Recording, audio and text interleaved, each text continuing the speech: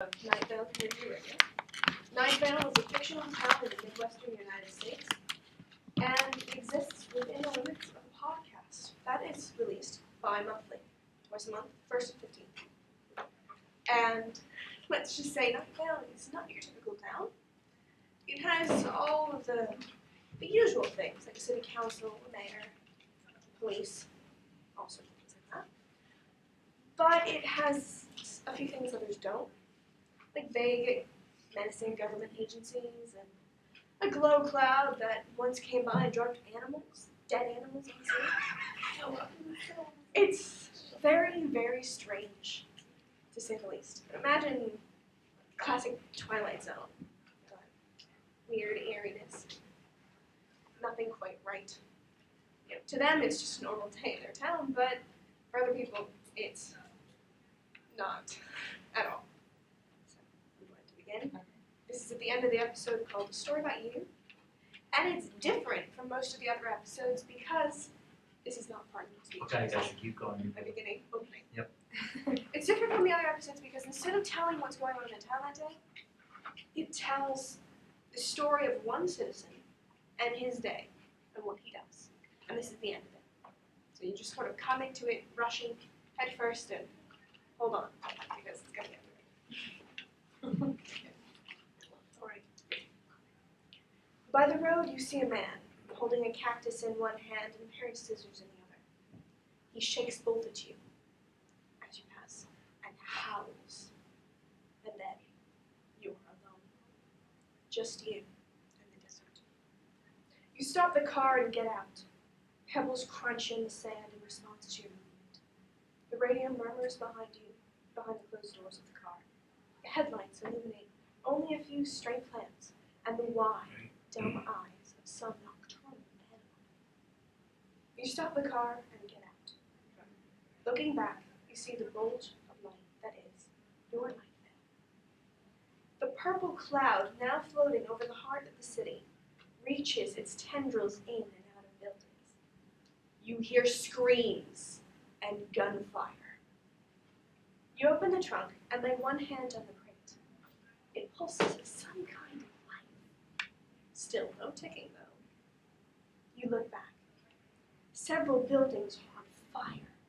Crowds of people are floating in the air, held aloft by beams of light, and struggling feebly against a power they cannot begin to understand. The ground shifts. You startled. It's so quiet when it finally comes. You see the black car long before it arrives. It comes to a halt nearby, and two men step out. You don't run, neither do they. How did you find me? You ask. Everything you do is being broadcast on the radio for some reason. That made it pretty easy, says one of the men. The one who isn't tall. Yeah, they say, I see that now. You have the item? The man who is not tall asks. You say nothing. The man who is not tall signals the man who is not short, and he walks past you, looks into your trunk, and nods. Even easier, says the man who is not tall. There's an unexpected click. One of the rear doors of the black car has opened, and your fiancée has stepped out. Her eyes are wet, like it was the night you left. She doesn't appear to have aged, but then again, you can't actually remember how long it has been. Could it have been last week? Or was it 10 years ago? Why? She says.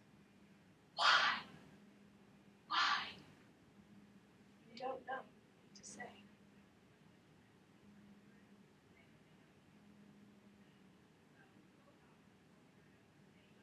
The man who is not short steps up to you, puts a knife against your throat. Nobody says anything. Your fiancée shakes her head. Her eyes are empty, broken, gushing. The radio is saying all of this as it happens. You hear it dimly through the car door. You can't stop smiling. All at once, the consequences. All at once, you are no longer free.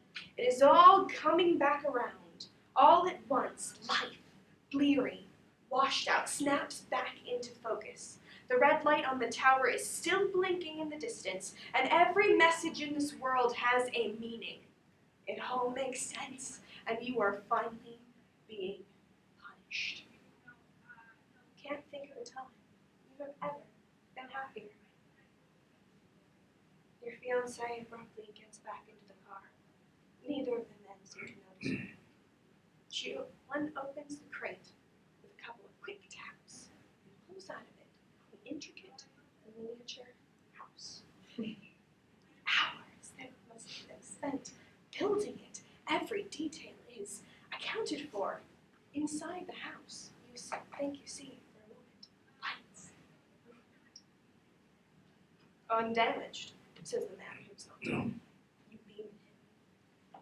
The knife presses harder against your throat. It doesn't hurt.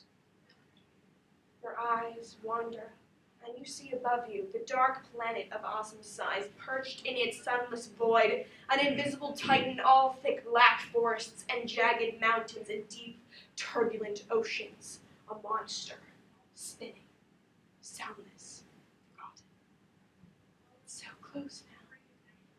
You see it just above you. If you tried very hard, you could touch it, reach